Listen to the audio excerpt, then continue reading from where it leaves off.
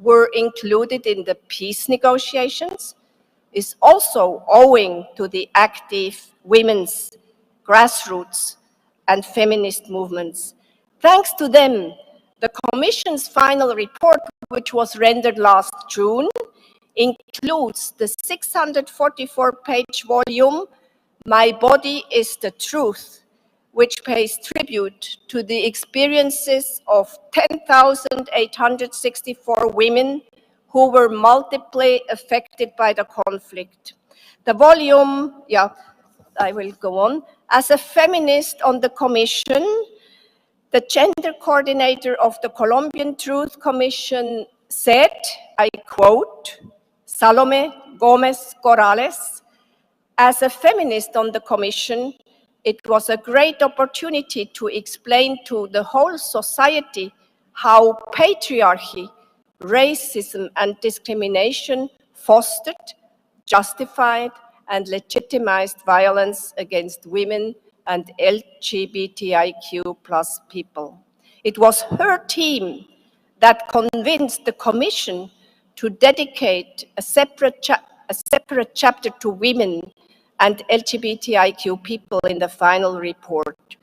Without the voices of women, the testimonies of those over 10,000 women, it would not have been possible to clarify what happened in the decade-long Colombian conflict. The newly elected left progressive government in Colombia has promised to implement the Commission's recommendations and is holding consultations with representatives of the women's movement to create a national action plan to implement UN Security Council Resolution 1325. The armed conflict may officially be over, but women continue to be exposed to violence and to a militarized understanding of security. Here are some of the most important recommendations, and I will conclude on this. Please, the last slide. A new vision of security should be created that promotes peace as a public good with people at the center. A new Ministry of Peace and Reconciliation will be responsible for the implementation of the peace process and contribute to reconciliation in general. I look forward to the compliments by the delegates from Colombia and Latin America, who will know much more than me about the situation in Colombia. And I invite you to connect with my organization, Peace Women across the globe,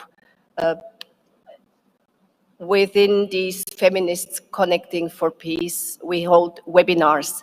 Thank you very much for your attention.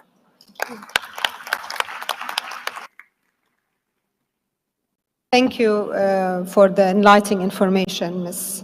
Kenner-Nellen. And dear colleagues, the floor is yours now to share your thoughts and good practices. We have 30 delegations registered so far, and we have already closed the floor for receiving contributions. So we'll start with. Okay.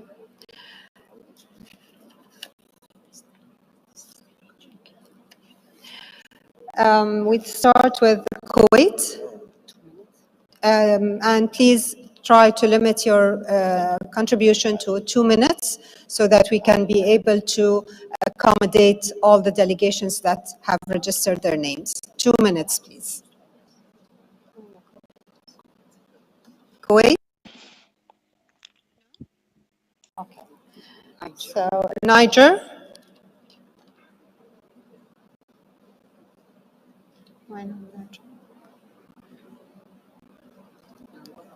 Do we have Niger?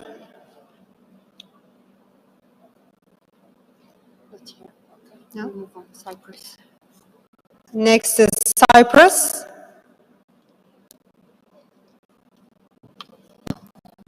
Hello, colleagues. First, I would like to thank the panel for the interesting introduction, and particularly our colleague from Indonesia. I wish everybody had this approach to this water and the holiness of water.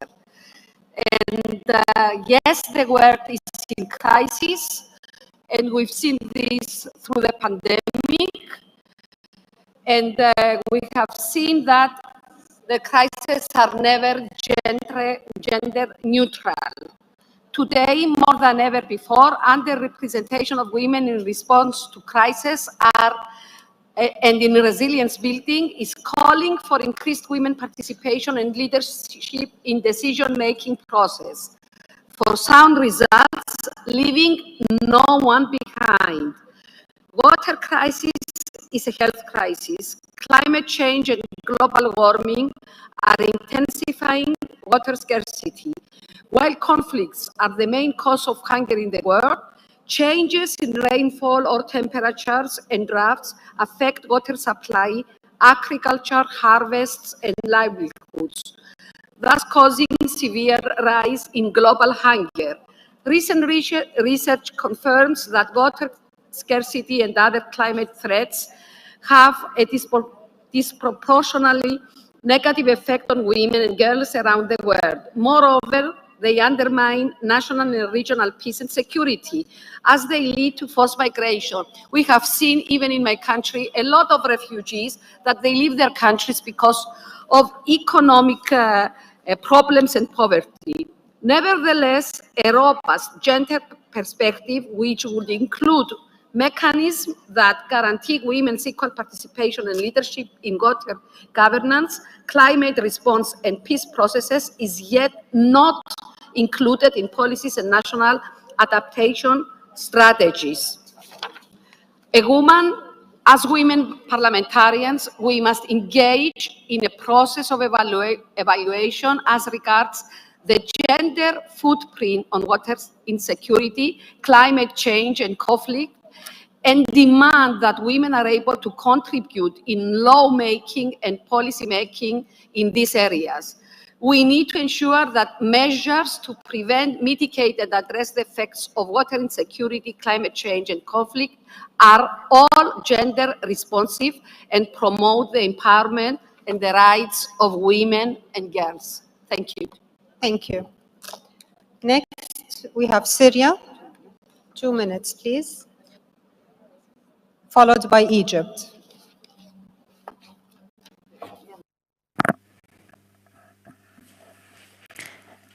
Good afternoon. At the beginning, I would like to thank the Kingdom of Bahrain for their warm welcome. And given that our title is Women and Women Leadership in Dealing with Crises, we have to say that the Syrian women have a very important role in the Syrian society, and given that the Syrian government believed that women's role is very important in societies and on the economic, social, and political levels. Therefore, and in the conditions of the war and the earthquake, I would like to convey a message from the Syrian women of my country. It is high time for the Syrian people to live, for children to dream, and for young people to build their future. It is high time to eradicate discrimination between people. There are no one is better than anybody else, and no one can punish, impose an embargo, and impose or steal the wealth of people and occupy their territories. Every culture is rich given its civilization. In Syria, we didn't just hear about the war, we lived it. We didn't just hear about terrorism, we faced it. We didn't just hear about sanctions and wealth and stealing our wealth, but we had to buy our own oil, gas, and wheat. The reality should not remain the biggest victim. We lived the war, the embargo, and very recently the crisis of the earthquake. Women were present and they had experience to face insecurity, to face crises, instability, face scarcity in needs. It was able to guarantee its family and principles, relieve Syria from its sanctions.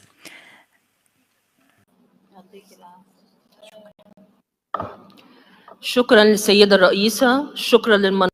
Thank you, Madam President. Thank you for our panel for this very useful conversation, and thank you for the Kingdom of Bahrain for their welcome. Ladies and gentlemen, today there are a lot of challenges and crises that are intertwined economically and socially. They are producing consecutive crises that women and young children have to face. In fact, there are consecutive crises that led to a gas, energy crisis, as well as many conflicts and the 2019 pandemic.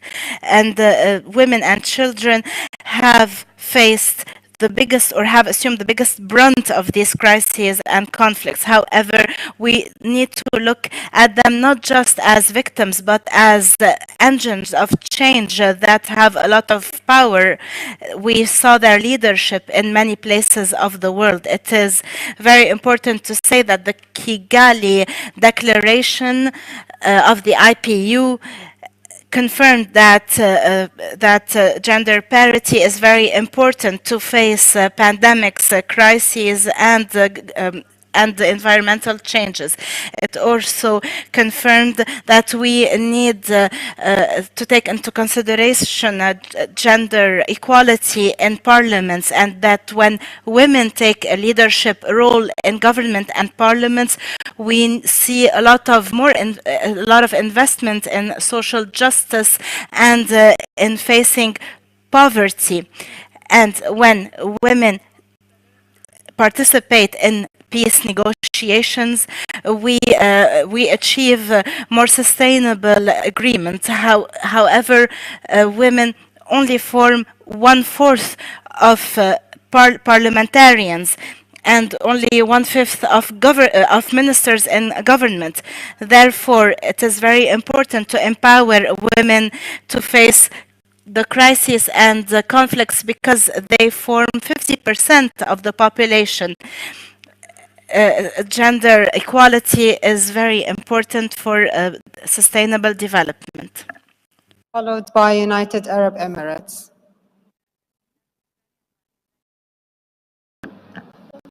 Okay. Thank you very much for this opportunity. I'm sorry, my mic it's not on my place.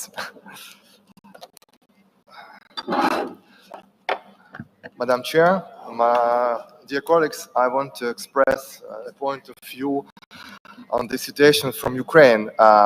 In the constitutions of our countries, the functions of member of parliaments are often outlined in detail. These functions are very well known to us from the theory of state and law.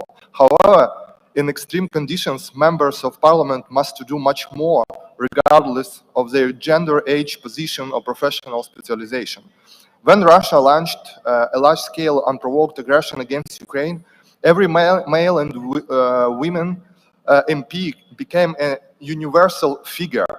Each of us is now an international diplomat, a volunteer, a psychologist, a driver who delivers humanitarian aid.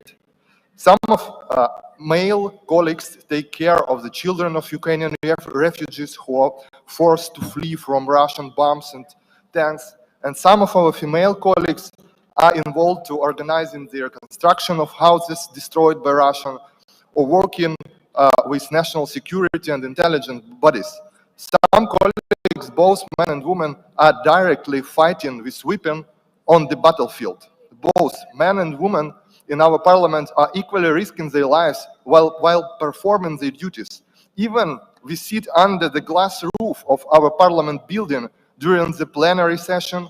We are not immune to the danger of the Russian missiles and drones attacking our country. What does this all mean? It means that the Ukrainian parliament has become a good role model for our society and for other nations. When gender does not affect rights, duties, professional specialization, or life risk for responsible people, each of us should be an example of kind of society we want to build. And we are doing just that. Thank you. Thank you. United Arab Emirates, followed by Azerbaijan. السيدات والسادة السلام عليكم ورحمة Ladies and gentlemen, peace be upon you. At the outset, I would like to thank the Bahraini Kingdom for hosting the 146th Assembly of the IPU. We think that parliaments need to empower women so that they can participate in the reform in society and play a bigger role in the mediation for official peaceful negotiations. We need to urge Parliament to promulgate a new legislation that guarantee the participation of women in peaceful processes. Now we will showcase the initiatives that we took in the UAE. The initiative for our Sheikha for forming women staff in military and peacekeeping operations. This program, that is a 9-week program, enables African and Arab women that participate in it to be provided with training in order to achieve strategic goals of the United Nations Security Council resolution. The UAE is given a very high importance for the subject or for the dossier of women, especially after the UAE gained the first regional place for gender equality for 2020. Furthermore, it guarantees to urge all nations to make sure that the women item is always included in international agenda, because women are important to achieve peace and security. Thank you. Azerbaijan, followed by France. Thank you very much, Madam Chair, eminent participants, ladies and gentlemen. The role of women in solving problems related to insecurity and crisis is really high, and based on their potentials, they can change the world for the better. In 2020, my country, Azerbaijan, restored the justice. Excuse me, can I ask you to come closer to the mic because we can't hear? Thank you. In 2020, my country, Azerbaijan, restored justice, so we could occupy our lands, which were for 30 years under Armenian occupation. Now the war has ended. We are in the post-war period, which has many problems. First, I want to attract your attention to mine problems that we are suffering for 3 years, which left almost 300 victims, and the second is reintegration. For the first problem, I want to say that 30 years conflict brought genocide, culturecide, and enormous sufferings to the people of Azerbaijan. There are losses in the part of Armenia as well.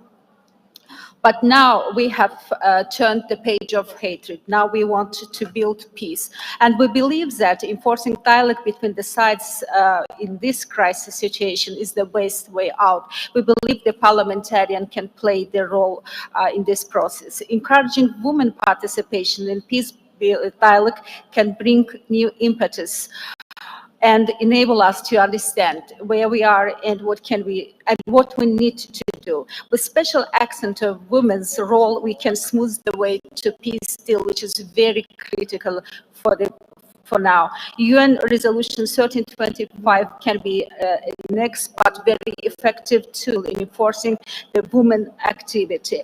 So I want to say that the situation can be can change for the better, but the dialogue is very important. Thank you for your attention. Thank you. Azerbaijan, followed by France. France, followed by the Russian Federation.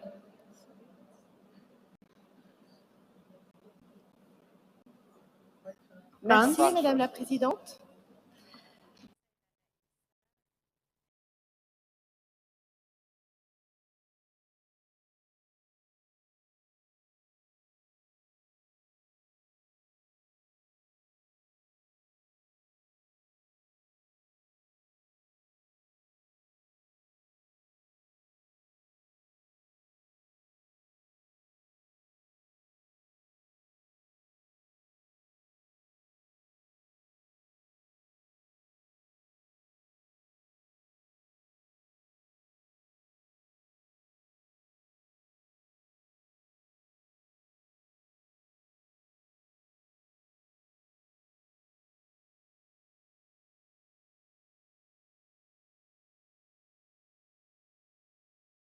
L'accord perdure dans le temps. Dans le cadre de l'UI,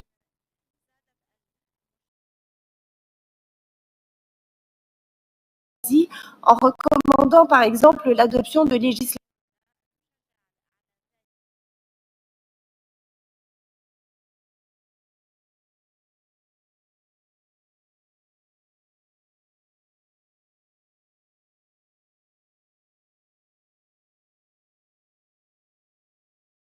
en compte du rôle will be covering our diplomacy in a synchronous of the efficacy of neopolitics. I greet the efforts of Madame Delphine Auque as the Secretary General of the Forum of the Delegation of Women's Rights and the credits of the exterior policies for the equality of men and women. And while our societies are facing more and more problems, and Europe and in Africa, it's urgent to increase the place of women in the decision-making processes. And I would like to conclude my intervention by remembering you that the Paris Agreement on the climate for 2015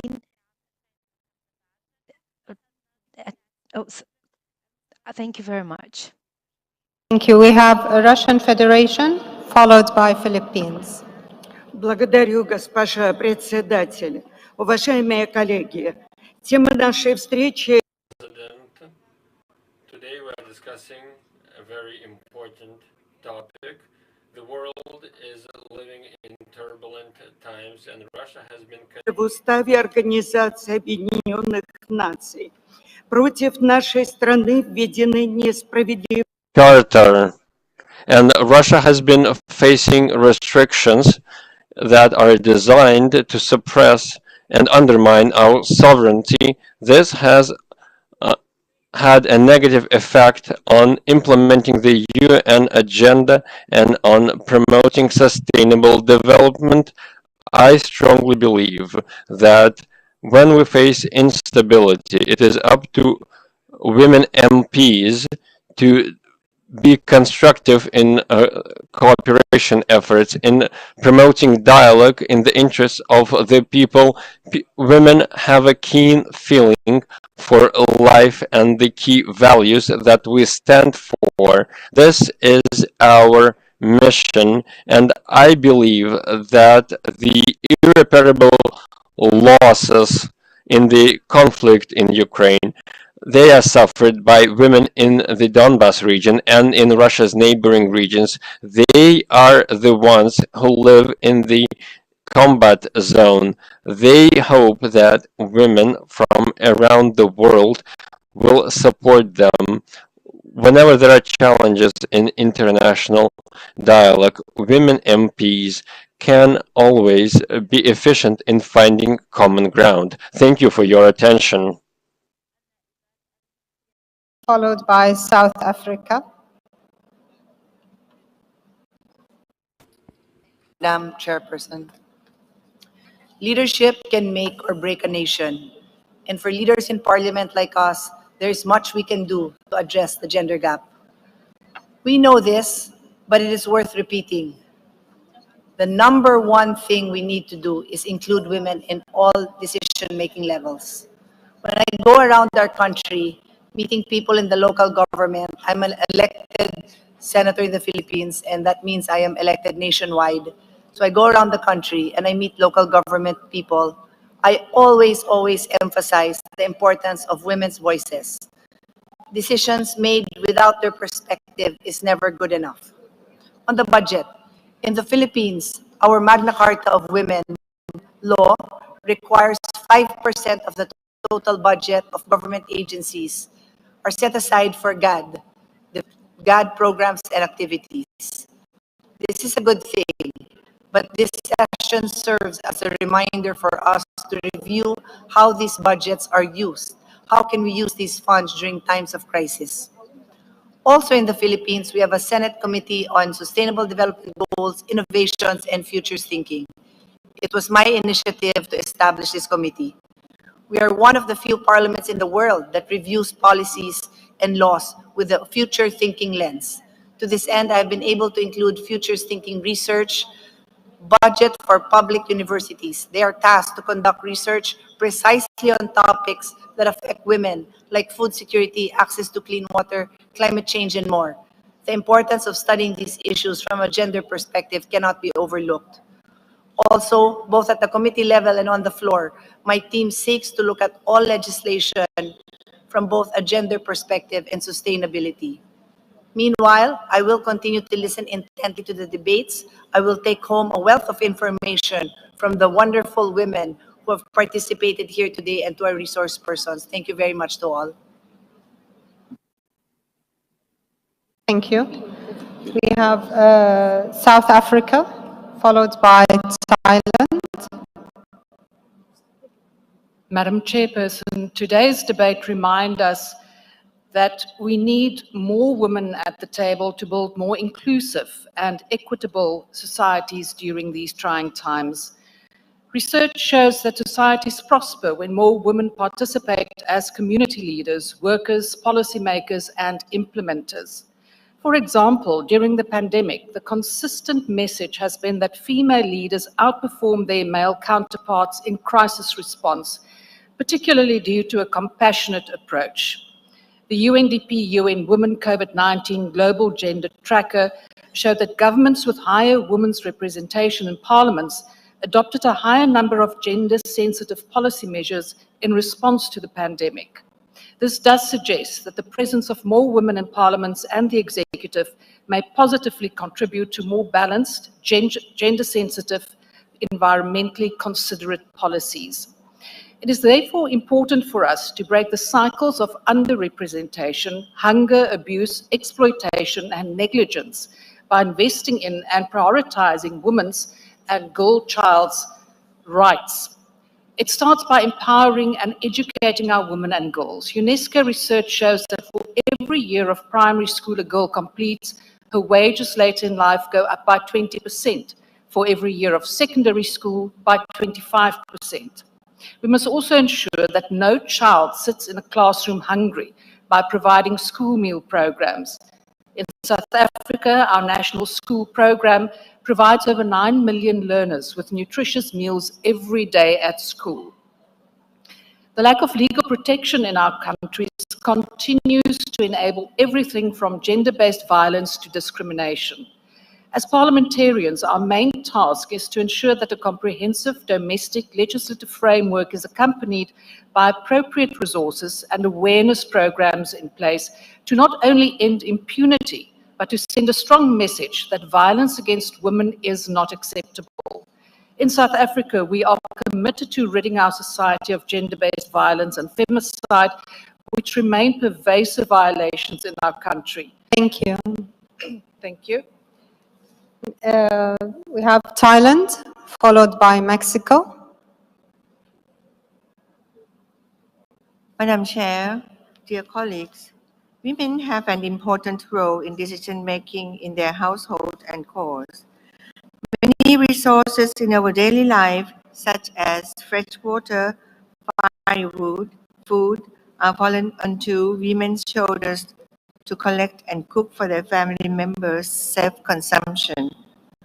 Moreover, collection of water for several miles away from home and carrying heavy of jerry cans containing water can lead to negative impacts on women's health in certain parts of the world. Not to mention the contaminated water that women and girls can get infected or transmitted of diseases. In relation to the above issue that many women and girls in African countries are facing, most of women and girls in Thailand have experienced differently. They face both droughts and flood caused by climate change. This leads to sanitation and health issues, which disproportionately affected women and girls. To address the related water issues systematically and comprehensive, Thai Parliament has passed the Water Resources Act in 2018, which was deemed the first ever law that integrated all aspects of water management in Thailand.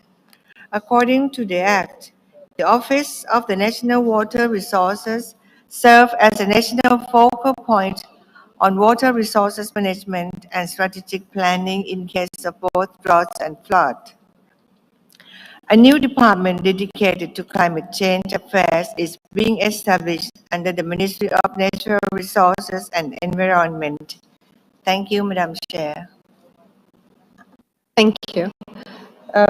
Mexico, followed by Netherlands.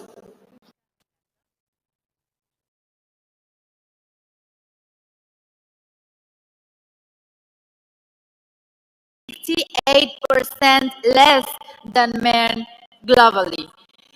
We still are only 25% in parliament representation.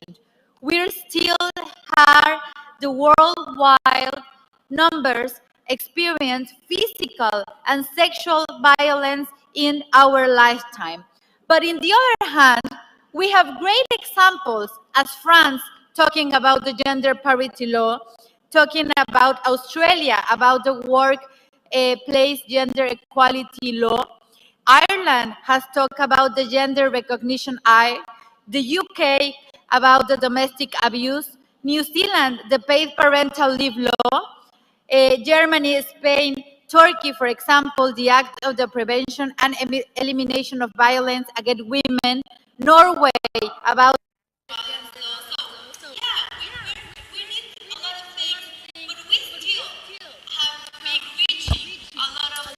الان شما چجوری میتونید چک کنید که صدای من هست یا نه؟ الان ببینید میشنون صدای منو؟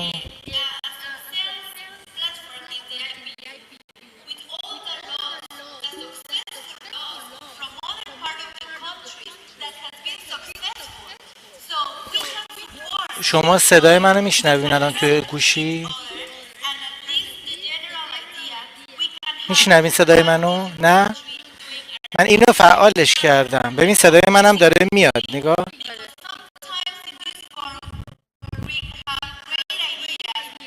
صدای منو دارین؟ صدامو ندارین؟ کانالو عوض کنین. کانالو.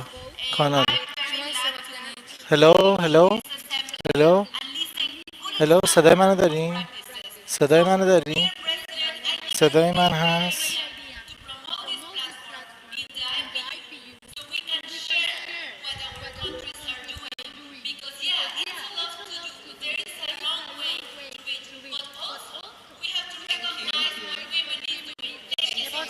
صدای منو دارین؟ ببینیم مال من صدا. الان داری میشنوین؟ الان هلو میشنوین؟ خیلی خوب. این متنتونه. اب نداره حالا کلی بدونه. Hello, I am a senator. My name is Petra. I am a senator from the Netherlands. Thank you very much to Bahrain for their warm welcome. The country for being below sea level. In some parts, we're below 7 meters. Last year, in my home province, Limburg, which is known to be hilly, my mother, my sister, my nieces were under threat to being evacuated. And it made all of us realize in the Netherlands that the issue of climate crisis is not only an issue of countries far away, it's something we are all confronted with. So here, my dear friends, my dear colleagues, we have to ask ourselves the questions, how can we as parliamentarians, as senators, be good ancestors? What can we do to include the voices of everybody, of all genders, in all their diversity, into our policies? In Egypt, during the COP, the climate summit, less than 30% of the time was taken by female representatives. یک دو سه آره اینو باید انگلیش کنم چون این الان داره انگلیسی صحبت میکنه اینو میکنه فارسی به خاطر اینه باش خیلی من بله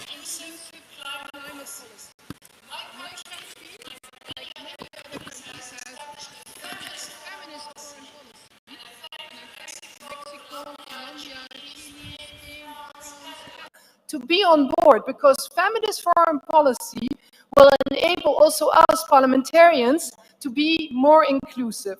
To conclude, one of the first vice prime minister in the Netherlands, female vice prime minister, once said, her name is Els Borst, she's one of the leaders of my social liberal party, she said, politics are too important to leave only to men.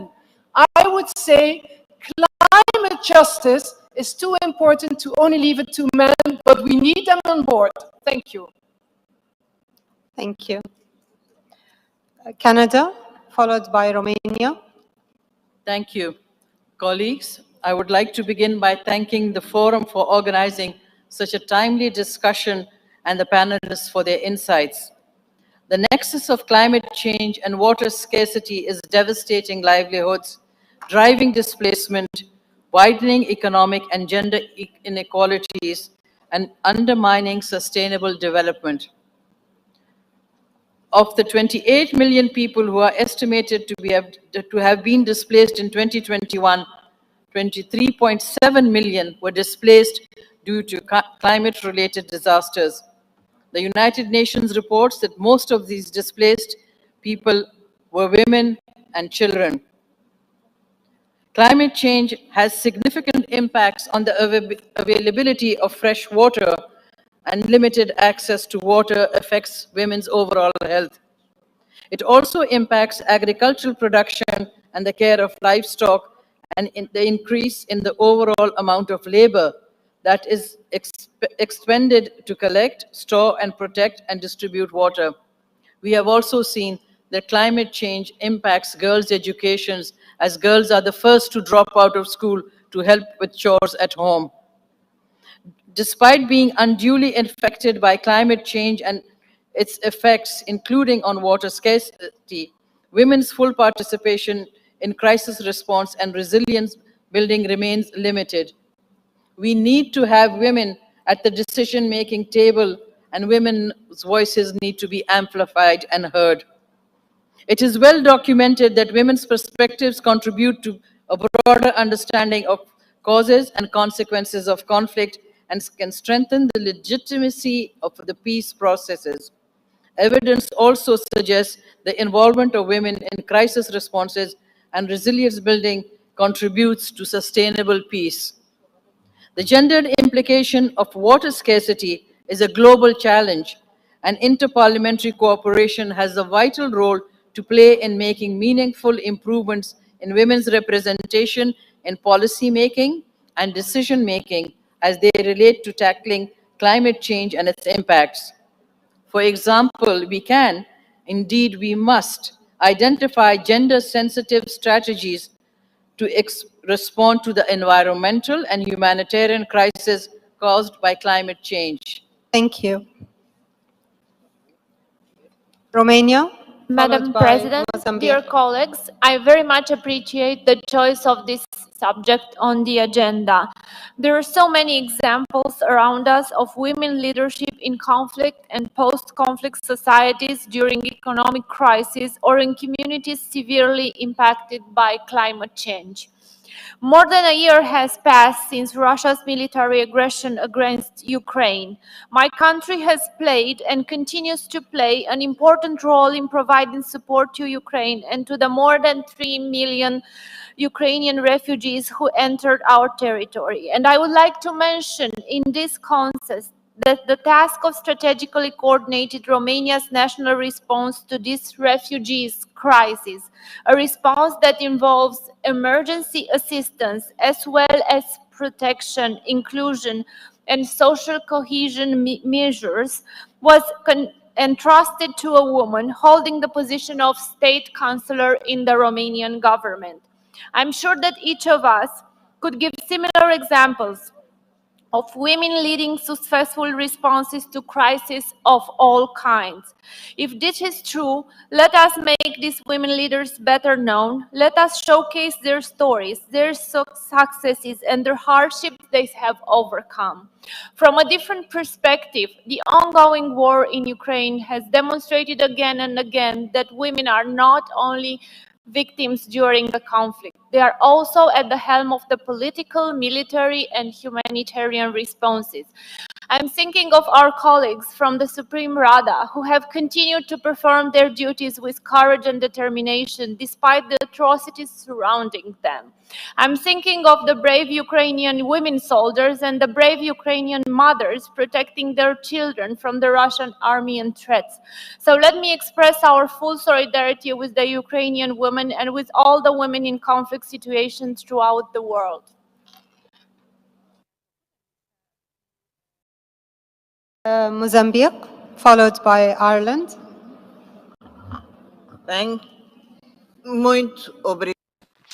Well, thank you, Chairwoman, Your Excellencies.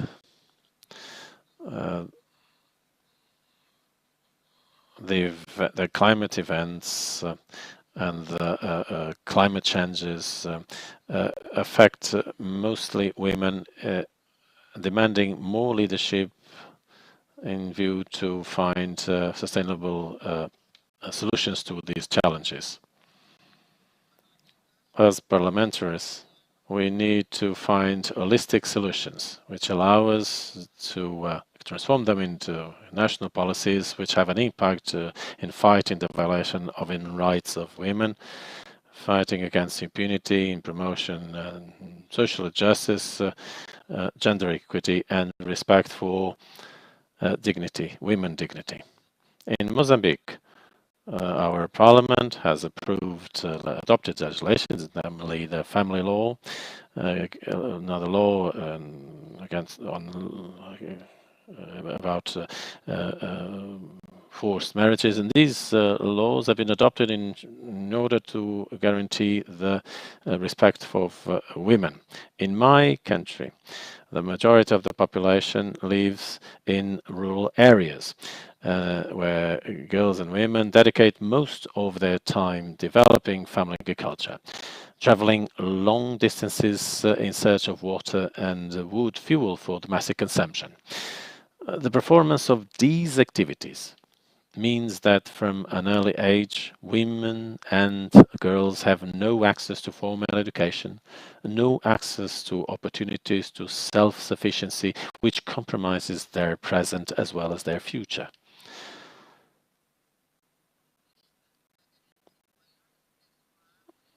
In order to solve the difficulties of population to access water, particularly in rural areas, we have two presidential initiatives. One is to have more access to water, but also access to energy, in particular in rural areas. These two initiatives Morocco. Salam alaikum. It is a huge honor to be here among all these amazing women. And of course, the men who chose to attend this discussion too today. Not as many as I would have liked, of course. More women in power is literally our only hope as a planet. And it will not happen without the good men in politics realizing this and why it is necessary. I believe it is only together we can smash the patriarchy and really save our planet from huge wipeout of people, our natural environment, biodiversity. It will be better for men as well as women, actually, much better. I am a leader of the Green Party in the Senate in Ireland. To the men in the room, look at your own daughter, sister, niece. Are you happy for her to be treated as a second-class citizen, not treated equally or fairly? If you are not, you need to help us. Call out bad behaviour, call out oppression, step aside and let more women take the table. We are sitting at the kitchen table, we need to be at all the other tables. As a single mother who has worked as a climate activist for 25 years and as a Green Party politician, it has not been easy to get this far in politics. For less than 3 years now, I am a senator. We are in serious trouble, but if we get more equality for women, I firmly believe, I'm convinced we will have a cleaner air, cleaner water, better quality food, happier and healthier children, and we can reverse biodiversity and climate emergency. My first week in the Shannon, me and 2 female colleagues of mine in the Senate introduced a bill that was passed, and it abolished the need to have planning permission to put up solar panels. A ridiculous rule in the first place. We, as a Green Party, convinced our coalition partners to give grants for photovoltaic solar panels, and now there is a solar revolution in our country. This summer, we are putting free solar panels on every school in Ireland. I do not fly in general because it is so stupid in a climate emergency to fly. But women who have freedom of speech must use and take every opportunity to speak for all those women who have no voice. We have 7 years. Thank you. Thank you. Morocco, followed by Ghana. شكرا. Thank you, Mrs. President.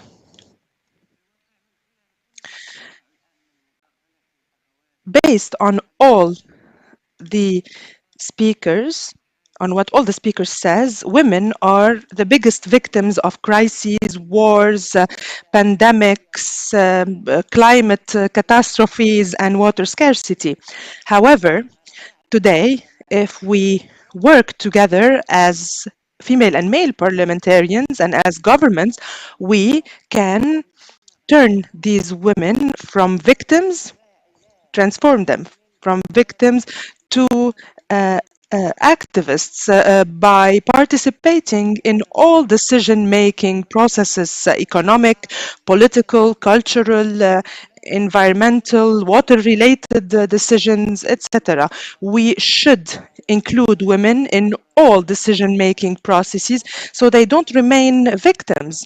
I would like to note here that the topic on the table that is adopted by the General Assembly is related to promoting peaceful coexistence and achieving comprehensive societies without any extremism. How can we achieve that if these societies don't adopt gender equality in texts, legislation, and in practice? If we weren't in societies that include those with special needs, if we don't live in societies where we receive and welcome the refugees who fled their origin countries looking for work, water, health, and education. It is true that this cannot be achieved in one government only, but this must be the strategic view of all governments and national and international institutions, because equality in these days is not a claim from women only. It should be the claim of men, the claim of societies, because through that we can achieve peace and economic development. Thank you very much. Ghana? Iran. Thank you very much. I would like to say that global warming, climate change, and its effect on women and their livelihoods are of major concern to me. I'm a member of parliament.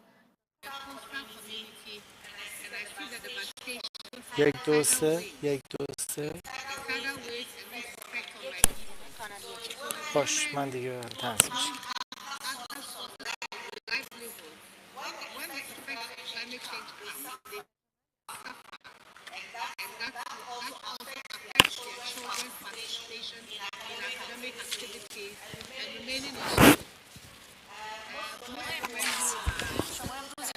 بله بله صبح که زور تقریبا اتاقامون رو دادم ساعت بکنم نزدیک 2.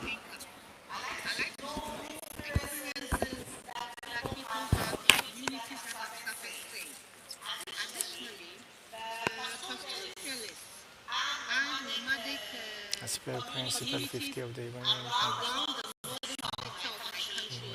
security was confirmed. Environmental crisis remains key plans and policies. The Islamic Republic of achieving this objective is not possible without the adoption of proper policies and decision making and political participation of women as half of the population.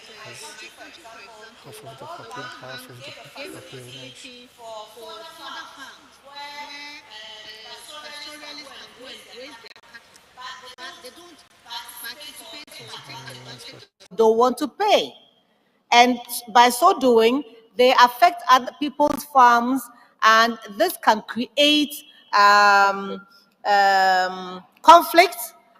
And then we will have to be dealing with resolutions and solutions to the conflicts that arise out of this situation. Countries around.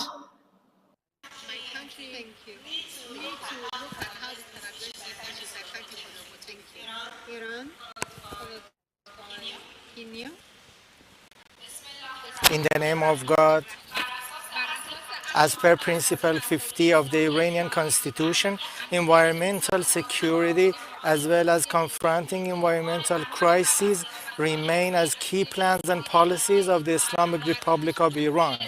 The Islamic Republic of Iran believes that achieving this objective is not possible without adoption of proper policies in decision-making and political participation of women as half of the population who nurture the other half of. Considering women's participation in decision-making, the Islamic Republic of Iran is proud to announce that with increased engagement of expert and competent women in government and decision-making bodies, the country has been able to meet its environmental needs in terms of gender equality. For instance, occupation of the position of Deputy Vice President by women for Environmental Protection Organization as a senior national decision-making authority for 4 items, allocation of a quarter of the country's environmental macro-management positions to women, also women's constitution, 40% of the deputy heads of the Environment Protection Organization. The Islamic Republic of Iran has been the victim of unilateral coercive measures, which in turn pose a major threat to sustainable development. The economic sanctions not only postpone peace, sustainability and climate resiliences, but also pose a key threat to the lives of people, including women and girls in my country. While we have gathered here to find global solutions to such crises, it's worth noting that our efforts in my country has been adversely and massively affected by the illegal actions of the United States. As a matter of fact, unfair measures can constrain the access to environmental technologies and lead to fluctuations in production, higher prices, shrinking economy, intensifying poverty and inequalities, as well as violation of human rights, which can in turn be regarded as a kind of regime. against humanity.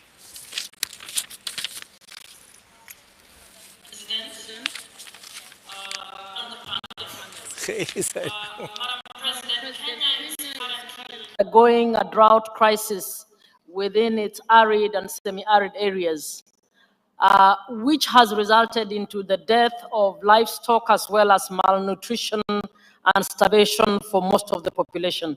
As usual, women and children are bearing the greatest brand of this drought.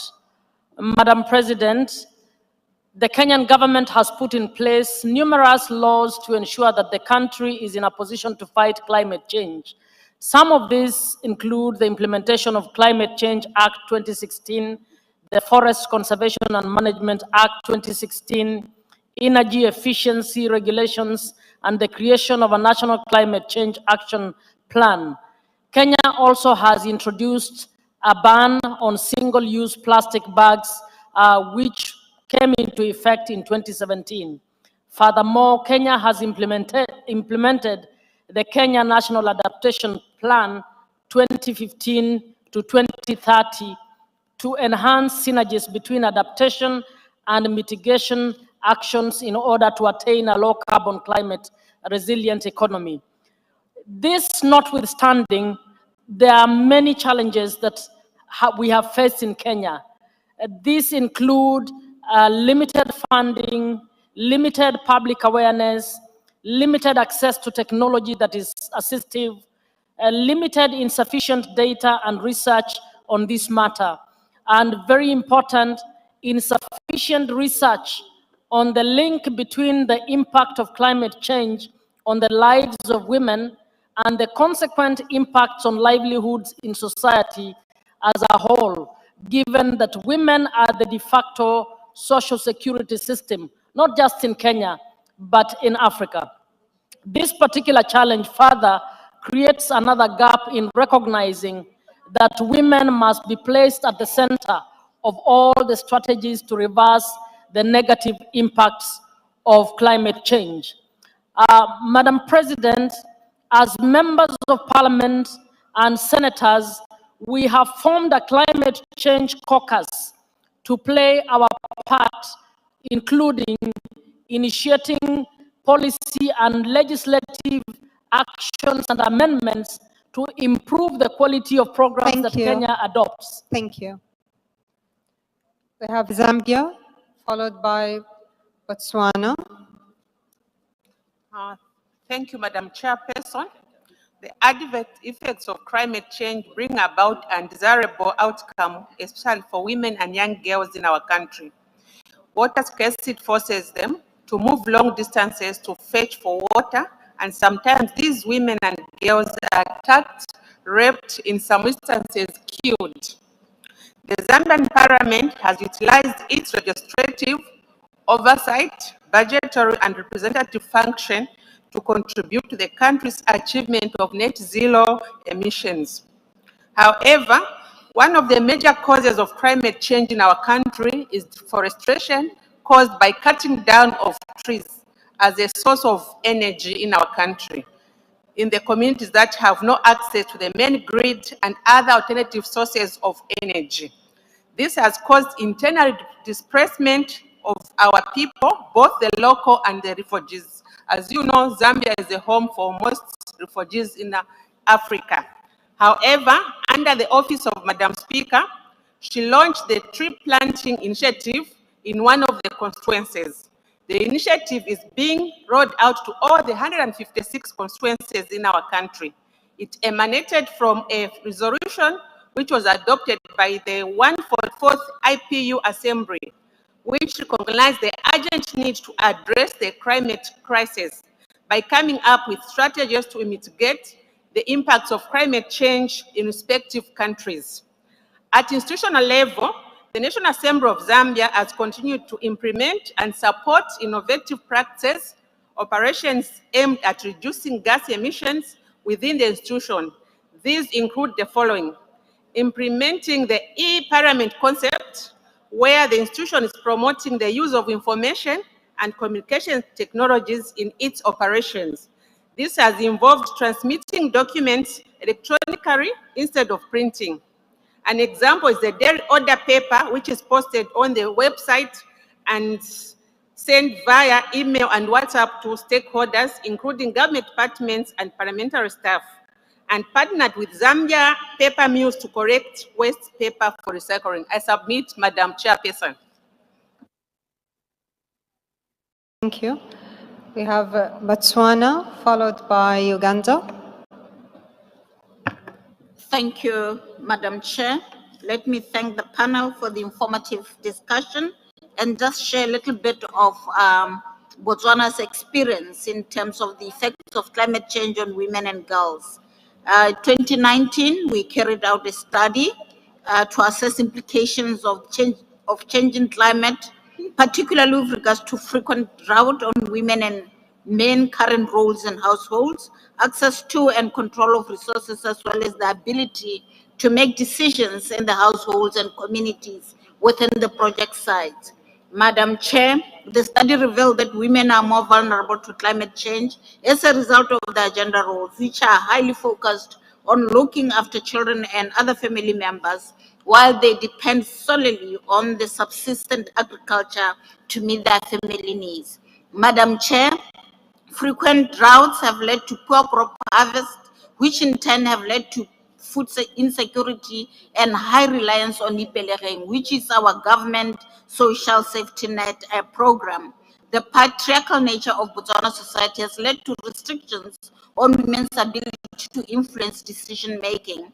Their ownership, control of land and assets are just some of the problems, including GBV, which has been exacerbated by this need. Hardship brought about by loss of livelihoods from livestock have led to some men migrating to areas in search of jobs, leaving women to deal with the impact of climate change. Some women also migrate looking for jobs, while others turn to sex work to make ends meet. The vulnerability, Madam Chair, induced by climate change and the responsibility regarding domestic care work, including looking after children, means that women more than men turn to these safety net programs. And the additional burden of providing food and other necessities for the family shows that women in the project sites struggle with poverty much more than men. Madam Chair, there is a limited time, but what I can say is that as a result of these findings, all sectors are encouraged to review their policies, programs, and practices to ensure that they are gender responsive. Can we have Uganda? Thank you. Thank you very much, Madam Chair. Madam Chair, we need to bring to attention of this House about the issues that we are facing as a country, more on issues of climate change, water insecurity. And I want to alert you that as a country, we are having the biggest challenge, having it at the back of our mind, that Uganda is hosting over 1.5 million refugees coming from nearby countries. The pressure is so high on climate issues, and the host communities themselves. We know very well that without a host, there are no refugees. The host community is facing very high water insecurity, climate-related challenges, and this is really a very big challenge to us who come from this part of the world. We need more inclusive climate policies and also climate financing to especially most of the host communities that have been affected by these issues. The refugee is an international burden, we know this, but the responsibility is now only left to host communities, and the challenge is in issues of humanitarian and development programs that could be able to help us to curb the issue of water security and climate change related challenges is lowly funded. When we look at the current affairs, we see very well how all the funding has been diverted or taken to the war of Ukraine and Russia, the conflict. So the rest of the world is left behind with no resource envelopes to support in this kind of challenges we have caused by the refugees. And yet we know very well that once we have pressure from hosting refugees, we shall not be able to have coexistence amongst to promote peaceful coexistence and also inclusive societies in our regions. Drastic reduction in social services, food insecurity, environmental impacts, protection is so another challenge in which is building up in most of these societies. All the attention, as I've said, has been taken to other wars, and we forget that women and children are very affected in some of these conflicted areas when they come to be hosted in the host communities. So we were still advocating that let the international community take its burden, and we advocate. Arab Parliament, please.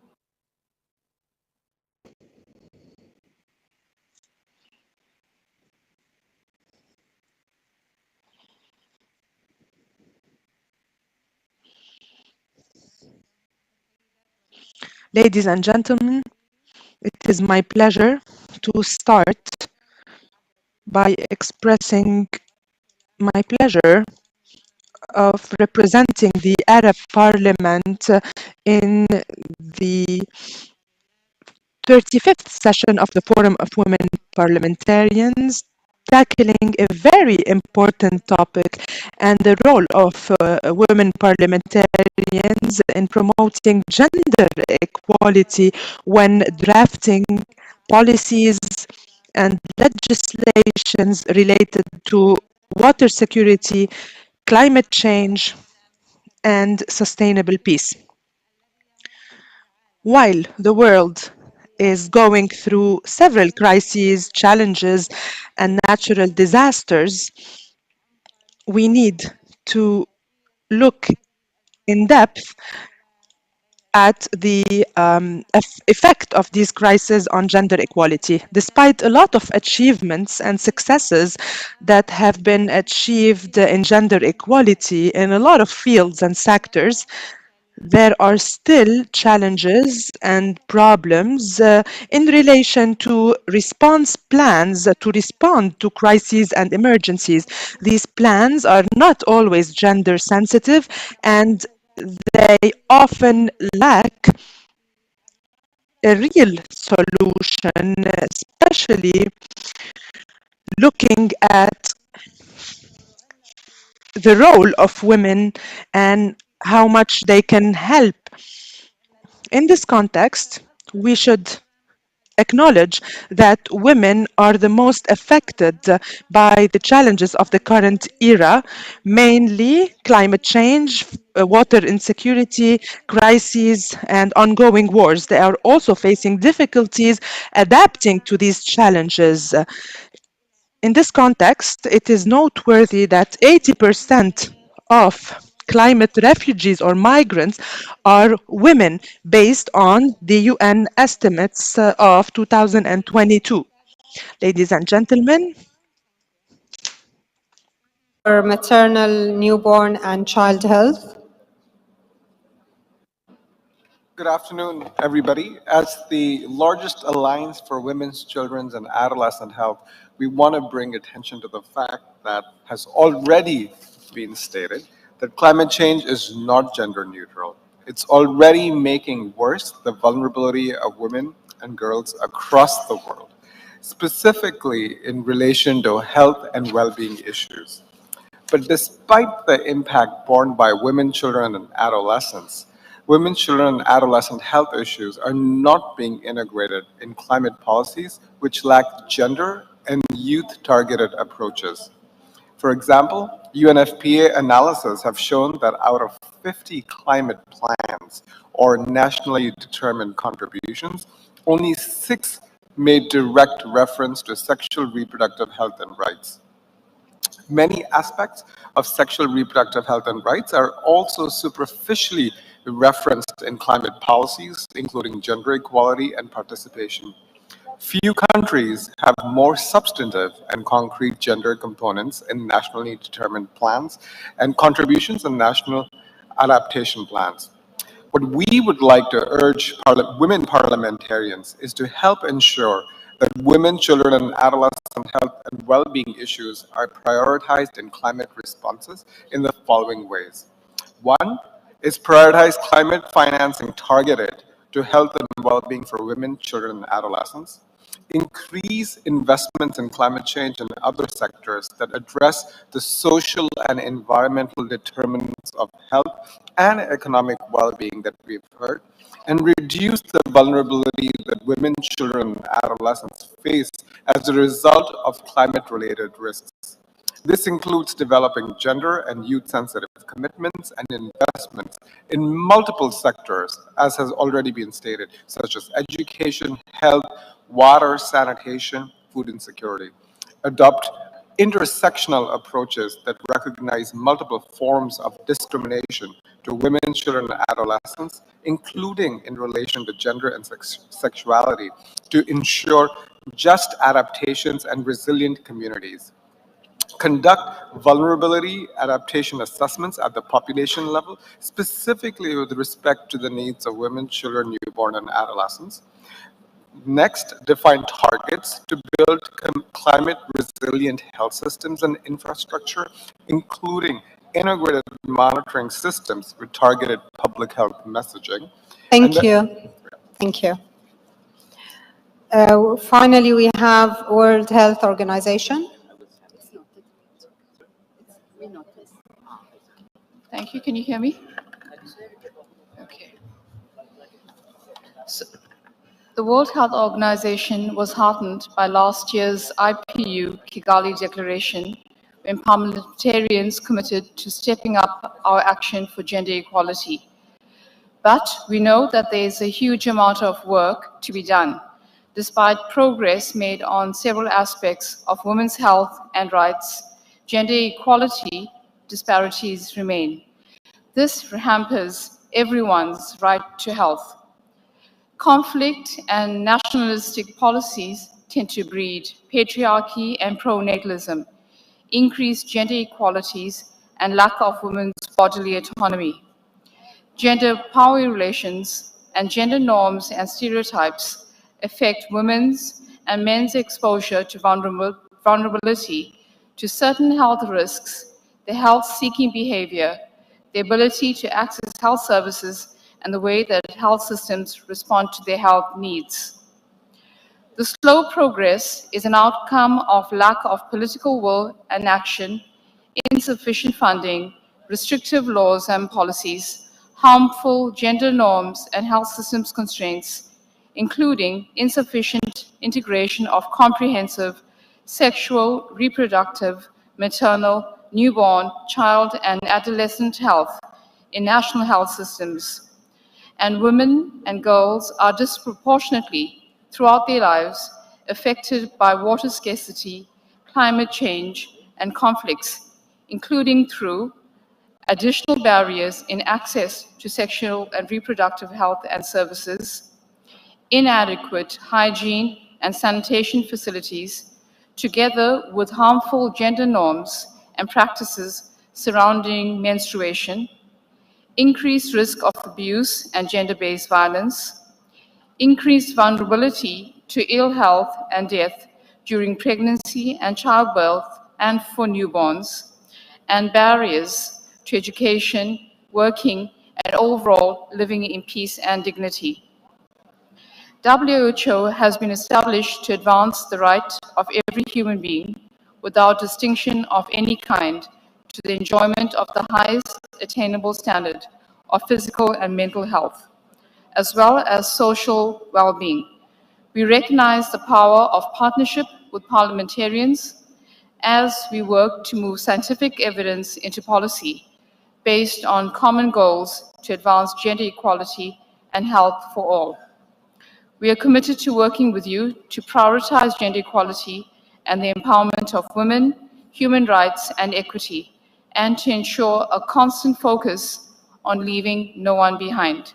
And we stand ready with the best science, evidence, and guidance when developing legislation and when holding governments to account on their promises to support evidence-based policy making for health and for gender equality. Thank you. Thank you.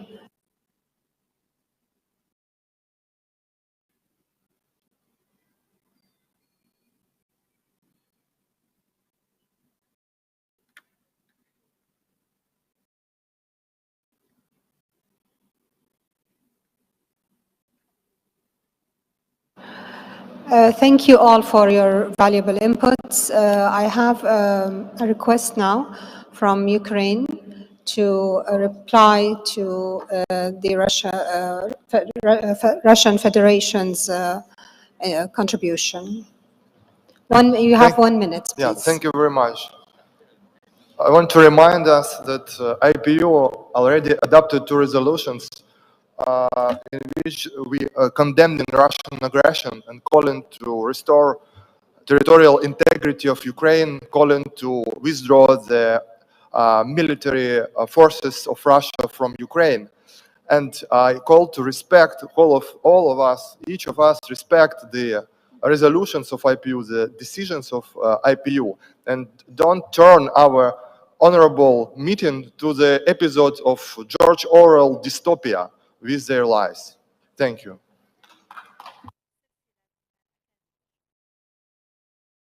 Okay, let me now turn to our panel for final words. Please, you have the floor for 2 minutes, concluding remarks. Okay. We can start from Ms. Nellen. Thank you very much for the very rich debate from the floor. As it was well said, only so few female heads of government, only so few, less than 10% female heads of states. So really, the next and important step for peace and climate protection, female MPs, I exhort you, after 16 years in Parliament myself, please become heads of states who do not engage in wars, who prevent conflicts or resolve them with comprehensive, gender-sensitive peace agreements and climate actions. Et je salue absolument la proposition française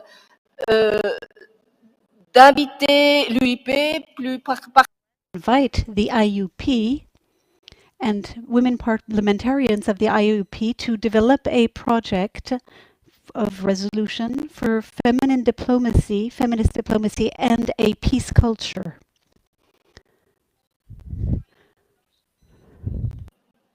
I would like to make one observation.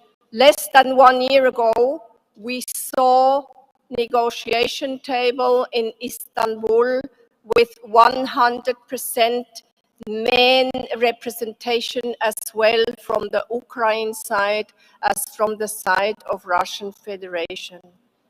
The secretary in the corner was a woman. Please. And then South Africa, yes. Femicides in Switzerland, the socialist women ran a strong campaign against femicide, for free abortion worldwide, and for only yes is yes. Spain is a good legislation for only yes is yes. And then I second to the Philippines and Morocco. You rightly said to include women in all decision making and to let them become agents for change. I think the Philippines are a very great example, not only because it's my second home country for having worked there 3 years for the International Commission of Jurists some time ago, but women did play a unique role in the peace negotiations, with Miriam Colonel Ferrer being the first woman chief negotiator in the world, to sign in 2014 a major peace agreement after decades of war. And last point, this also provided 13 women who are now appointed in the Bangsamoro Transition Authority in the south to the parliament. Minority floor leader and attorney general are women. So thank you also to the Philippines. Thank you. Thank you. Ms. Haidar? Thank you very much, Madam Chair. I really want to thank each and every delegation for their sharing their immense knowledge and commitment.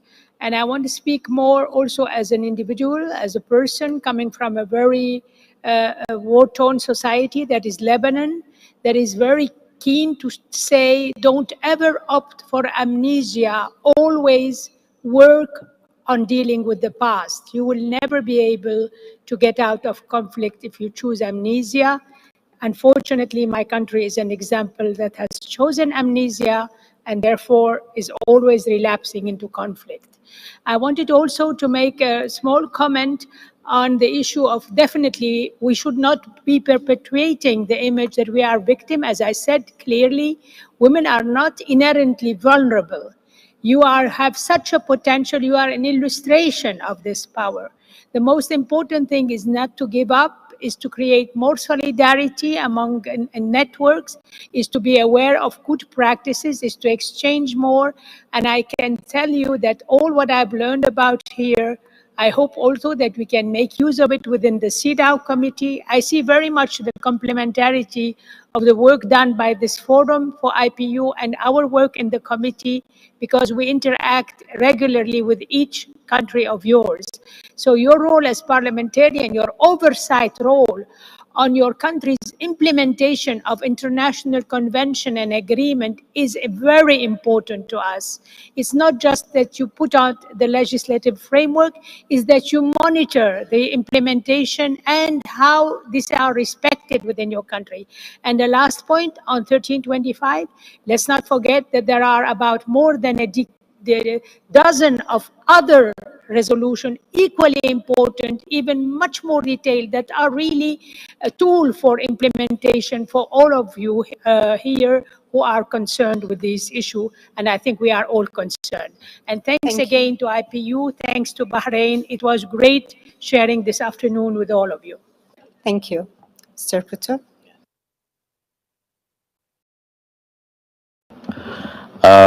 Thank you. As also in our theme today is about parliamentary leadership, I think I'm the only male panel here, so first thing first, I think there's a trust issue, and then I think, thank you for the trust. I think we should work together. I think it's not only the problem of women, but the problem of all human beings. So trust is very important. We can start now, we can go forward together. I think there's the first issue. The second is about respect. Respect to human, respect to nature. And as I mentioned earlier about the philosophy of Trihita Karana is very important. When you have the respect, treat nature not only as a thing, but also has a soul in it. So I think it's very important to have respect, not only for other human, but also for nature.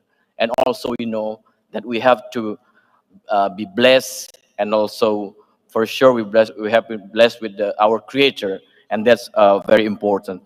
And one thing also, the most important is the commitment together. We can start now, we could work together.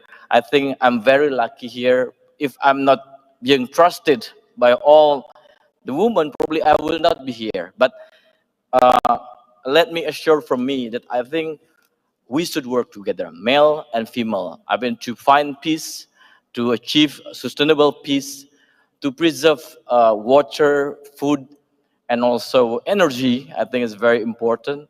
And also to mitigate climate change. I think all this issue, I think it's not the problem of women, but all human beings. And living in harmony is the key to all what we have to do to go forward.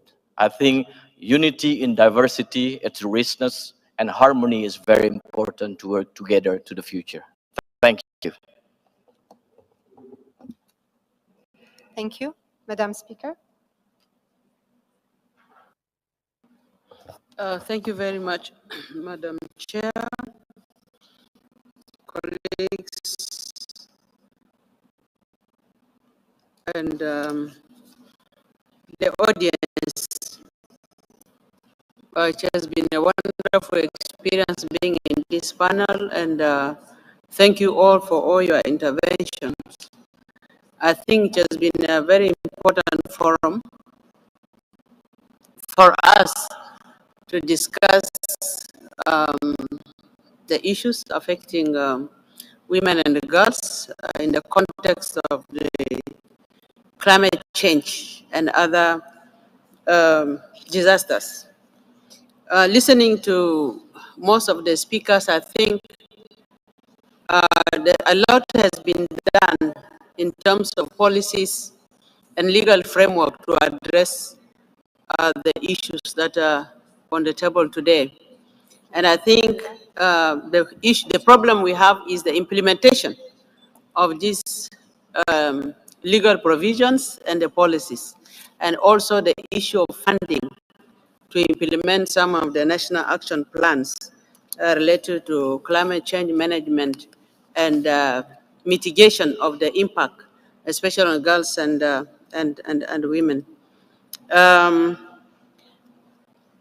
I want to quote again what the colleague from Netherlands said, that politics, a quote from one of the female leaders from the Netherlands, that politics is too important to be left to men alone.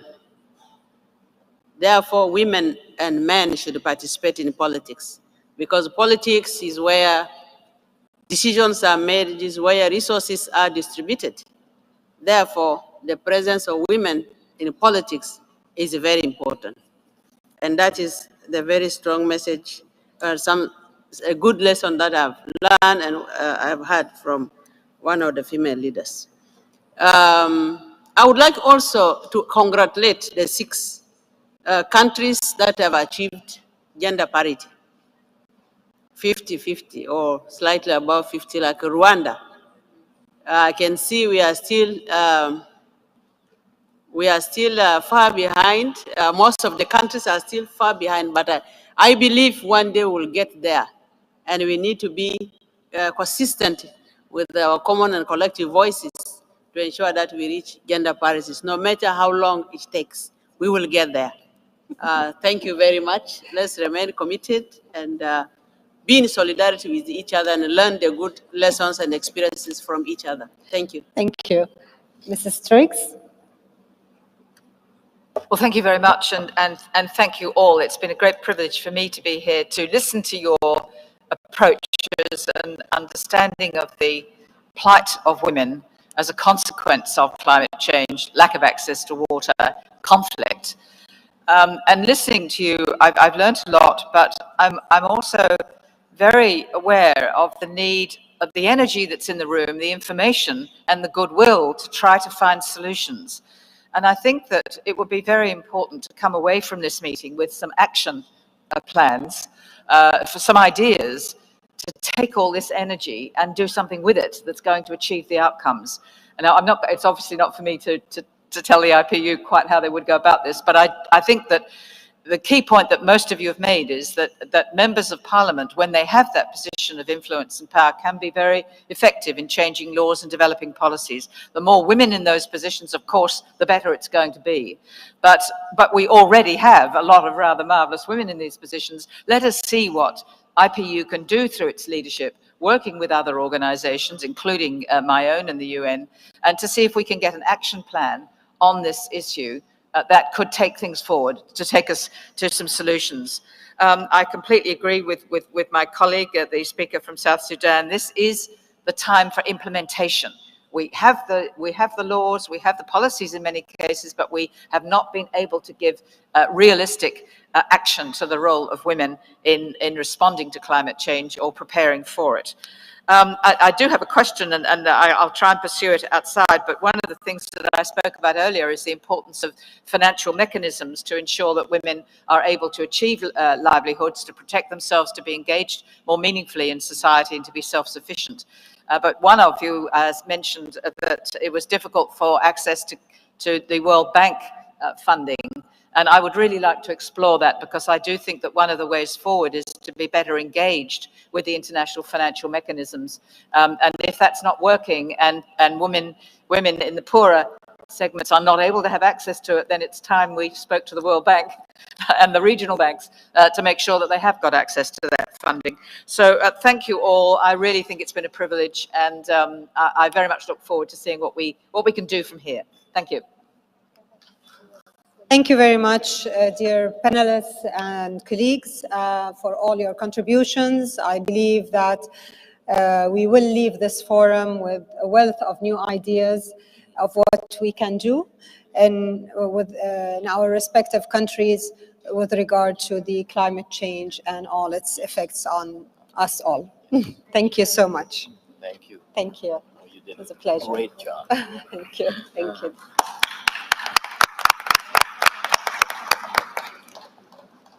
Wow. It's not easy to sit here. It's not.